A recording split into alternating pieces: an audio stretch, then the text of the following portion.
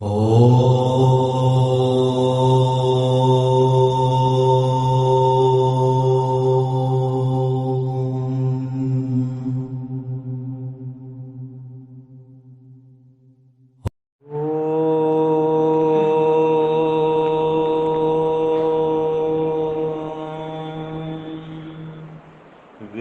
वेदाहमेतं पुरुषं महन्तम् आदित्यवर्णं तमसः परस्तात् तमेव विदित्वा अतिमृत्युमेति नान्यः पन्था विद्यते अनाय वेदामेदं पुरुषं महन्तम् आदित्यवर्णं तमसा परस्तात् तमेव विदित्वा अतिमृत्युमेति नान्यः पन्था विद्यते अनाय नान्यः पन्था विद्यते अनाय।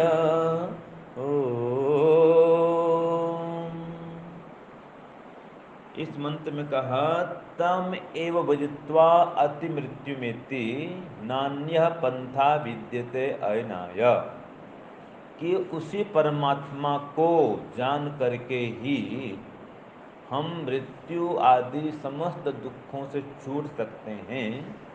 परमात्मा को जाने माने बिना, उसका साक्षात्कार किए बिना समस्त दुखों से छूटने का और कोई भी मार्ग नहीं है। वो परमात्मा कैसा है, किसको जानने पर सब दुख से छूट सकते हैं? तो जो ज्ञान स्वरूप है, आकाश स्वरूप है, आनंद स्वरूप है, निराकार है, सर्वशक्तिमान है, न्यायकारी है, दयालु है, अजन्मा है, अनंत है, अज्ञान अविद्या अधर्म से सर्वथा परे है, सदा युवा रहता है, कभी वृद्ध नहीं होता, कभी मरता नहीं है, अजर अमर अविनाशी है, सृष्टि करता है, समस्त जीवों को कर्मों का फल देने वाला है। ठीक है जी। सूर्य आदि प्रकाशकों का भी जो प्रकाशक है, ठीक है।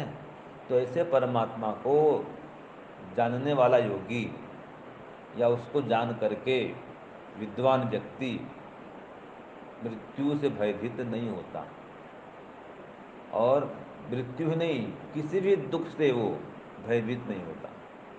और जब परमात्मा का साक्षात्कार कर लेता है तो समस्त दुखों से छूट जाता है। ठीक है जी। तो अगर आप समस्त दुखों से छूटना चाहते हैं, पहले तो ये काम करना पड़ेगा कि संसार में दुख है यह अनुभव करना पड़ेगा। जिसको दुख ही नहीं दिखता है वो क्यों यहाँ से छूटना चाहेगा? क्यों जी? जिसको संसार में सुख ही सुख दिखता है, दुख तो दिखता ही नहीं है। भाई खाओ पियो मजा करो, कहाँ दुख है? अगर कोई ऐसा मानता है तो कभी दुख से छूट सकता नहीं। अथवा कोई ऐसा मानता है, देखो भाई संसार में है तो 60 70 80 प्रकार के सुख मिलेंगे, तो 20 30 प्रकार का दुख भी आएगा। तो उसने समझौता कर लिया, भाई सुख है तो दुख भी साथ में आएगा, बच नहीं सकते हैं। ठीक है। दिन में 18 घंटे में हम 16 घंटा सुख से रहेंगे तो 2 घंटा दुख तो आएगा ही आएगा, इससे हम बच नहीं सकते हैं। तो उसने क्या किया, समझौता कर लिया कि दुख तो आएगा, दुख से नहीं बच सकते हैं। तो जिसने स्वीकार कर लिया कि दुख तो भोगना ही पड़ेगा, दुख तो है ही, दुख से छूटने का कोई उपाय नहीं है, तो कभी छूटेगा ही नहीं। और जो ये सोचेगा नहीं नहीं मुझे दुख से तो एकदम छूटना है, मुझे 1% भी दुख नहीं चाहिए, मुझे 1 सेकंड का भी दुख नहीं चाहिए, मैं 100% समस्त दुखों से रहित होना चाहता हूँ, जो ये सोचेगा वो फिर दुख से छूटने का उपाय करेगा। तो ये विचार करिए कि संसार में तो दुख है, निश्चित बात है। यहाँ पर कहा गया है कुत्रापि कोपि सुखी न, 100% सुखी तो दुनिया में कोई भी नहीं है, न कभी हो सकता।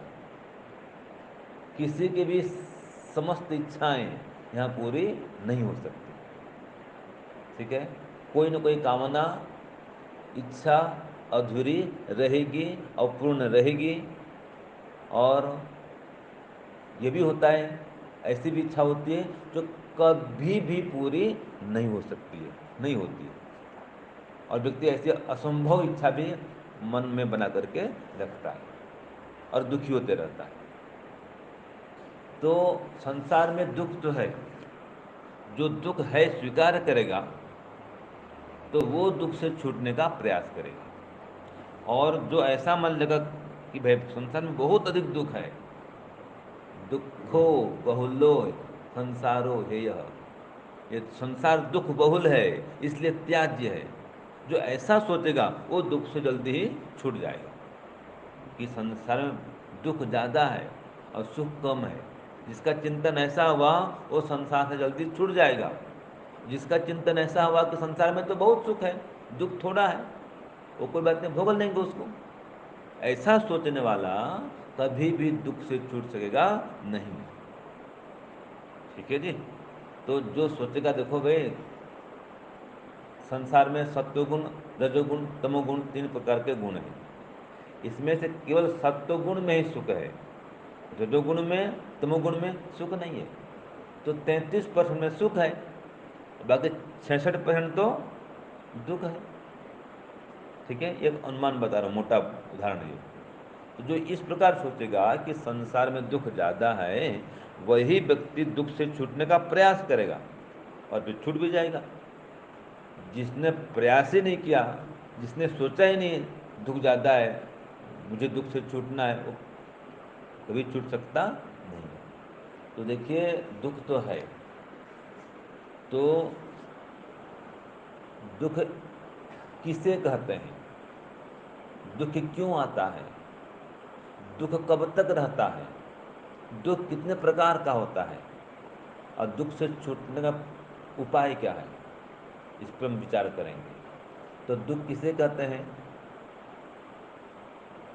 जो कोई भी प्रतिकूलता है वो दुख है, सीधी बात। किसी भी प्रकार की प्रतिकूलता का नाम क्या है, दुख है। ठीक है, जो कोई विघ्न है, बाधा है, प्रतिकूलता है, वही तो दुख है। इच्छा विघात है, वो दुख है। अथवा इंद्रियों में कोई टूट फूट है, कोई कमी है, वो भी एक दुख है। सु माने अच्छा, दु माने खराब, और ख माने इंद्रिय। तो जिसकी इंद्रियां अच्छी हैं उसको क्या होता है, सुख होता है। जिसकी इंद्रियां टूट फूट गई हैं, कोई विकार आ गया है, तकलीफ है किसी इंद्रिय में, तो उसको क्या होता है, दुख होता है। ठीक है, ख माने इंद्रिय क्यों होता है पता है आपको, क्यों होता है? हाँ, ये सभी इंद्रियां खुदे हुए हैं। कैसे हैं ये, खुदे हुए हैं, गड्ढे हैं इसमें, सभी इंद्रियों में जितनी इंद्रियां हैं सब में क्या है, गड्ढा तो है, खननाथ, खुदे हुए होने से इसका नाम ख है। और सु माने इंद्रिय बढ़िया है, तो आपको सुख हो रहा है। और इंद्रियों में कोई गड़बड़ी हो गई है, कोई विकलता आ गई है, ठीक है, तकलीफ है, तो मतलब दुख है, सीधी बात है। तो कोई भी प्रतिकूलता है, विघ्न बाधा है, वो क्या है, दुख है। और दुख क्यों होता है, जब जीवात्मा शरीर में आता है तो उसका दुख आरंभ हो जाता है, ये दुख की शुरुआत है। ठीक है ना जी। और दुख कब तक रहता है, जब तक संसार में आते रहेगा तब तक दुख बना रहेगा। ठीक है ना, जीवात्मा का जन्म लेना ही दुख का कारण है। और इसके मूल में, या जन्म लेने के मूल में क्या कारण है, अविद्या। तो घूम फिर के बात आई अविद्या ही दुख का कारण है। अविद्या है तो जन्म है, और जन्म है तो दुख है, फिर मरण भी है। अगर सभी दुख से छूटना चाहते हैं तो जन्म को ही हटाएं हटाएं, जन्म को रोकें, तो मरण भी रुक जाएगा, दुख भी रुक जाएगा। तो दुख से छूटने का उपाय हुआ जन्म को रोके। और जन्म को रोकना तो क्या करोगे? मोक्ष में जाओ। अगर संसार में आते रहेंगे, जन्म लेते रहेंगे, दुख तो भोगते रहेंगे, तो चले जाओ मोक्ष में। संसार में आना नहीं होगा, जन्म नहीं होगा, दुख से छूट जाएंगे। तो मोक्ष में जाने के लिए क्या करेंगे? क्या उपाय है? योग अभ्यास करेंगे, अष्टांग योग का अनुष्ठान करेंगे। और कहा गया है विवेक ख्याति रवि प्लवा हानो पाया। जो अखंडित विवेक ख्याति है, अखंडित माने बीच में टूटती नहीं है, बीच में उसमें संसार का राग आता नहीं है, मिथ्याज्ञान घुसता नहीं है, एकदम लगातार 100% तत्वज्ञान बना हुआ है। विवेक ख्याति स्थित, विवेक ख्याति की स्थिति मजबूत बनी हुई है, बीच में टूटती नहीं है, उसमें कुछ मिथ्याज्ञान घुसता नहीं है। ये मोक्ष का उपाय है। विवेक ख्याति रवि प्लवा हानो पाया। हान माने मोक्ष, तो उसका उपाय क्या हुआ? अखंडित विवेक ख्याति। अखंडित माने जिसमें कोई मिलावट नहीं, लगातार शुद्ध विवेक ख्याति, तत्वज्ञान बना हुआ है विवेक ख्याति। तो इससे सब दुख से छूट सकते हैं। तो दुख से छूटना है तो दुख पर विचार करना चाहिए। दुख भी कितने प्रकार का होता है ये जाने, ठीक है जी। तो देखिए, दुख एक प्रकार का भी होता है, दुख दो प्रकार का भी होता है, दुख तीन प्रकार का भी होता है, और दुख चार प्रकार का भी होता है, और दुख पांच प्रकार का भी होता है। सुना कभी आपने? हाँ जी। पहला दुख क्या है? बाधना लक्षणम दुखम, जो मैंने कहा दिया कि कोई भी बाधा है वो क्या है? दुख है। कोई प्रतिकूलता है वो दुख है। ये न्याय दर्शन का सूत्र है। बाधना लक्षणम दुखम, एक प्रकार के दुख में सब दुख आ गया, ठीक है जी। ये एक प्रकार का दुख, जो कोई भी बाधा है या प्रतिकूलता है वो क्या है जी? दुख है। ये दुख एक प्रकार का हो गया। हाँ, एक प्रकार का दुख माने बाधा या प्रतिकूलता, बस एक शब्द में पूरा हो तो काम खत्म, ठीक है ना। कोई भी बाधा हो, किसी भी प्रकार की बाधा हो, वो दुख है। कोई प्रतिकूलता हो वो दुख है। तो एक में सब कुछ आ गया, ये दुख एक प्रकार का हो गया। बाधा या प्रतिकूलता या विघ्न, ये दुख है। दूसरा दुख दो प्रकार का होता है, आंतरिक दुख और बाह्य दुख, है ना। एक दुख अंदर का होता है, एक दुख बाहर का होता है, बाह्य दुख और आंतरिक दुख, अंतः दुख और बाह्य दुख।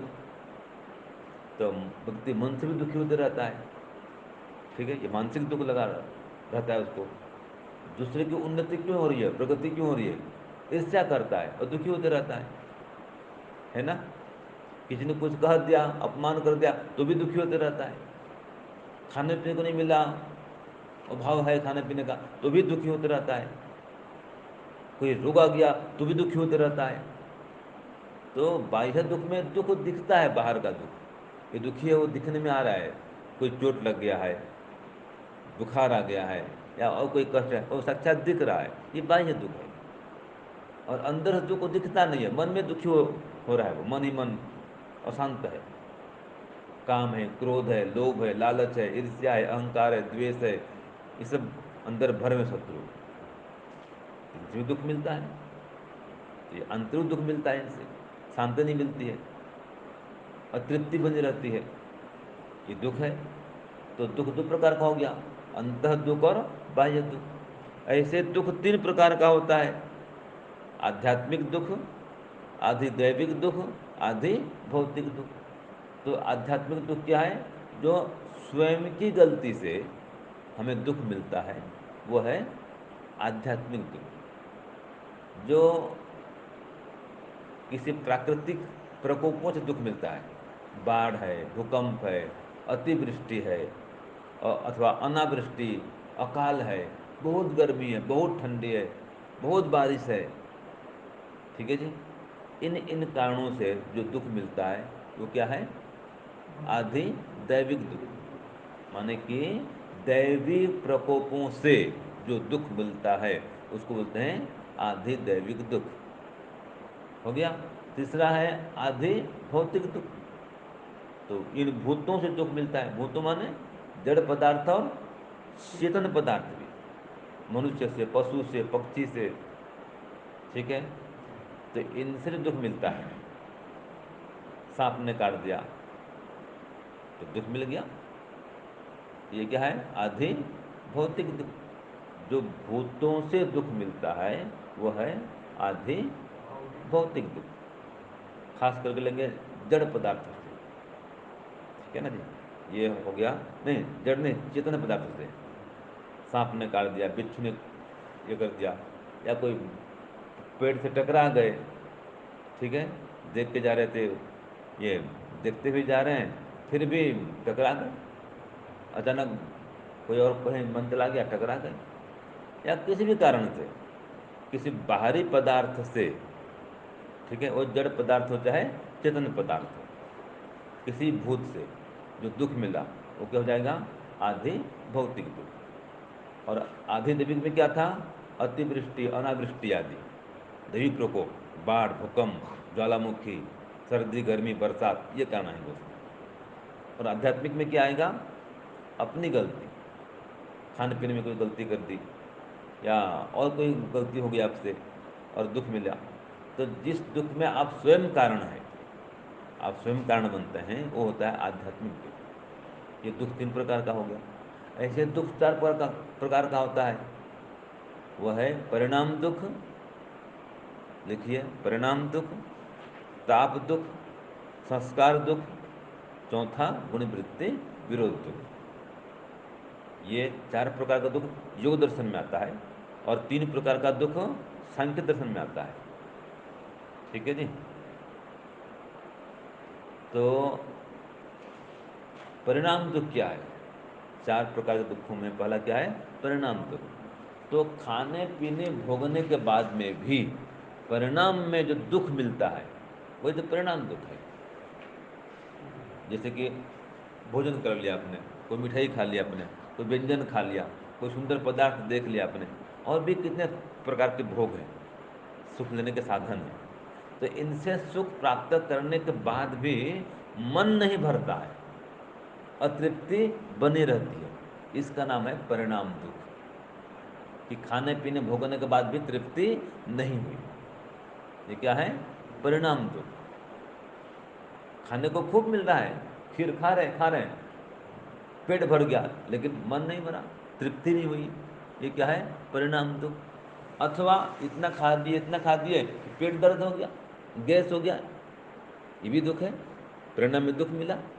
तो खाने पीने भोगने के बाद में जो दुख मिला वो क्या है? परिणाम दुख। चाहे बहुत खा दो तो दुख हो जाए, अथवा पर्याप्त खाए लेकिन मन में तृप्ति नहीं हुई, संतुष्टि नहीं हुई, तो भी दुख हो गया। तो वस्तु के उपभोग करने के पश्चात जो दुख की अनुभूति होती है वो क्या है? परिणाम दुख है ना जी। तो खाने पीने, घूमने फिरने, भोगने, नाचने कूदने आदि आदि क्रियाकलाप करने के परिणाम में जो दुख मिला वो क्या है? परिणाम दुख। दूसरा है ताप दुख।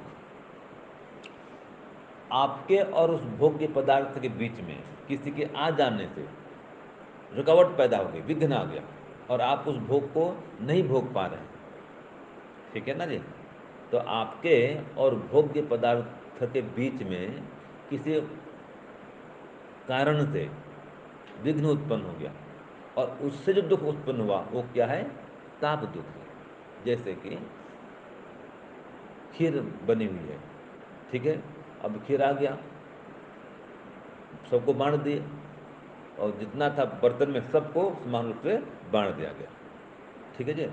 अब दूध में अब खीर बचा ही नहीं, वहाँ पाकशाला में अब खीर नहीं है, सबको बांट दिया गया है, नौकर चाकर को भी दे दिया गया है, सबको बांट करके खत्म कर दिया गया, चलो बर्तन खाली। अब मंत्र पाठ हुआ और खाना आरंभ किया आप लोगों ने। कोई 2 चम्मच खाया, कोई 4 चम्मच खाया है, सब ने आरंभ किया खाना। इतने में अचानक कहीं से बिल्ली कूद पड़ी, ठीक है जी। और बिल्ली कूद पड़ी तो वो संजोग से आपके खीर की कटोरी में ही या खीर के दोने में ही, खीर के गिलास में ही उसका पंजा पड़ गया। अब सब जो खीर है नीचे बिखर गया। अब आप खीर खा नहीं पा रहे हैं, क्यों? सबने तो खीर लिया, सब खा रहे हैं, और आपका खीर क्या हो गया? बिल्ली ने नीचे गिरा दिया। तो वो खीर के भोग्य पदार्थ और आपके बीच में बिल्ली बाधक बन गई, है ना। तो उसके कारण से आपको खाने पीने और भोगने को नहीं मिल रहा है। तो एक उदाहरण है खीर का। कोई भी ऐसा पदार्थ हो, किसी बाह्य पदार्थ के कारण जो आप उसका सुख नहीं ले पा रहे हैं, किसी पदार्थ का, और फिर आपको जो दुख हो रहा है, वो क्या कहलाता है? ताप दुख। तो पहला परिणाम दुख, दूसरा ताप दुख, तीसरा है संस्कार दुख। संस्कार दुख क्या है? कि आपने पहले सुख लिया था किसी पदार्थ का। कल्पना करते हैं घर में कोई पदार्थ आप बढ़िया से बढ़िया खाते थे, अब गुरुकुल में आ गए, अब गुरुकुल में पदार्थ खाने को नहीं मिलता है। याद आती है जब वो पदार्थ उस प्रकार का नहीं बनता है, ठीक है, वस्तु तो वही है लेकिन उस प्रकार से नहीं बन रहा है। अब आपको घर की आती याद, भाई ये तो घर में इस प्रकार बनता था हमारे, और यहाँ तो ऐसा बन रहा है। तो घर का जो स्वाद है, जो टेस्ट है, वो नहीं आ रहा है। तो वो संस्कार आपको दूध देगा कि भाई वो पदार्थ बनना चाहिए, ऐसा बनना चाहिए, यहाँ नहीं बन रहा है। अथवा मिलता ही नहीं है, देखने को भी नहीं मिलता है, ठीक है। कहीं जैसे बाजार में गए, हाँ भाई ये तो मिल रहा है यहाँ पर, ठीक है जी। और मन में इच्छा कि भाई ये लूँ, खरीदूँ, इतने में कार्यक्रम में आगे बढ़ गए, फिर चले गए कार्यक्रम में, और उधर से आए नहीं लौट करके, उधर चले आए। तो बोल भी नहीं सके कि स्वामी जी आचार्य जी ये खरीदना था, खरीदेंगे क्या? तो बोल भी नहीं पाए, खरीद न पाए, और खा नहीं पाए। और देख लिए उसको, हाँ भाई ये तो यहाँ मिलता है, लेकिन खा नहीं पा रहे हैं या खा नहीं पाए, ठीक है जी। या कोई ऐसा पदार्थ है जो कभी आपने एक बार खाया होगा, अब वो दिखता भी नहीं, मिलता भी नहीं, याद आती है उसकी। तो वो जो संस्कार आपको दुख दे रहा है, खाने को नहीं मिलने से आपको जो दुख की अनुभूति हो रही है, तो वो संस्कार का दुख है। मन में भाव बना हुआ है खाऊं खाऊं, और खा नहीं पा रहे हैं, ये क्या है? संस्कार दुख है। किसी को हो गया शक्कर बीमारी, मधुमेह, डायबिटीज। अब बचपन में तो खूब खाया, बचपन में जवानी में खूब खाया, रसगुल्ला, मिठाई और गुलाब जामुन, रसमलाई सब खाया। अब हो गया 70 साल का, अब हो गया मधुमेह। तो डॉक्टर ने मना किया, देखो भाई अब आप शक्कर के पदार्थ मत खाना, मिठाई, रसगुल्ला, ये गुलाब जामुन, लड्डू, बर्फी मत खाना। अब नहीं खाता बेचारा, लेकिन मन तो कर रहा है खाने का, ठीक है। संस्कार दुख दे रहा है, भाई गुलाब जामुन तो बहुत मीठा होता है, बहुत अच्छा लगता है, वो खा नहीं पा रहा हूँ। भाई रसगुल्ला खाता था पहले, बहुत नरम नरम रसगुल्ला, बहुत बढ़िया लगता था, अब मिल नहीं रहा है खाने को। खाने की इच्छा होती है, रोक देते हैं घर वाले, मत खाओ मत खाओ, आपका डायबिटीज बढ़ जाएगा, मत खाओ। खाने की इच्छा होती है तो रोक देते हैं घर वाले, मत खाओ। तो वो संस्कार उसको दुख दे रहा है कि खाने को मन तो है लेकिन खा नहीं पा रहा। संस्कार तो बुला रहा है, खींच रहा है, खाओ खाओ खाओ, और खा नहीं पा रहे हैं। पदार्थ भी है, उपलब्ध भी है। ताप दुख में क्या था? पदार्थ तो खत्म हो गया, नष्ट हो गया, खा नहीं पा रहे हैं।